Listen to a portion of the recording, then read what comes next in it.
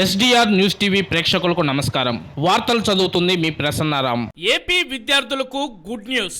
ఒంటిపూట బడులపై కీలక అప్డేట్. ఏపీలో half day schools నిర్ణీత సమయం కంటే ముందే ప్రారంభం కానున్నాయా?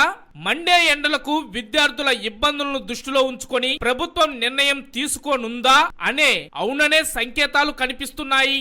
ఏపీలో ఈసారి ఒంటిపూటల బడులు కాస్త ముందుగా ప్రారంభమయ్యే అవకాశం ఉంది. మండుతున్న ఎండల నేపథ్యంలో ప్రభుత్వం ఇదే విషయంపై ఆలోచనలో ఉన్నట్లు సమాచారం. స్కూలుకు వెళ్లే విద్యార్థులు వేడి ఉక్కపోతతో అల్లాడుతున్నారు. దీంతో ఒంటిపూట బడుల ప్రస్తావన వచ్చింది. అధికారులు కూడా ఈ అంశాన్ని విద్యాశాఖ మంత్రి నారా లోకేష్ దృష్టికి తీసుకెళ్లినట్లు సమాచారం. ఈ ఏడాది కూడా అలానే ముందుగా స్టార్ట్ చేయాలని విద్యార్థి సంఘాలతో పాటు తల్లిదండ్రులు కోరుతున్నారు. విద్యార్థుల ఆరోగ్యాన్ని దృష్టిలో ఉంచుకొని ప్రభుత్వం త్వరగా అధికారిక ప్రకటన చేయాలని రిక్వెస్ట్ చేస్తున్నారు. ఈ క్రమంలో మార్చి మొదటి వారం అనంతరం మార్చి 10వ తేదీ నుంచి ఒంటిపూట బడులు ప్రారంభించాలనే యోచనలో ప్రభుత్వం ఉన్నట్లు అనధికారికంగా తెలిసింది.